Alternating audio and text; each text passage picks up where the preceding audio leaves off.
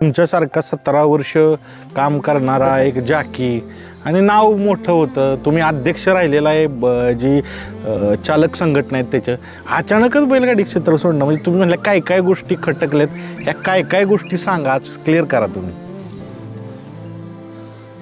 म्हणजे 1.5 वर्षापूर्वी 1.5 वर्ष झालं मी बंद करून, पण जी माणसं जी धरून राहिलो पहिल्यापासून, म्हणजे पहिल्यापासून ज्या माणसात आपला ह्या खेळाचा प्रवास चालू झाला त्यावेळेचा जो शाब्दिक खेळ आहे आणि आत्ताचा खेळ हे काय मॅच करत नाही अजिबात. कसं झाले, आता आम्ही ड्रायव्हरकी केली इतकी वर्ष, आपण एखाद्याला शब्द टाकतो शांदी भाऊ असा असा बैल द्या, आमकं आमकं करा, ती काय किंमत उरलेली नाही या गोष्टीला.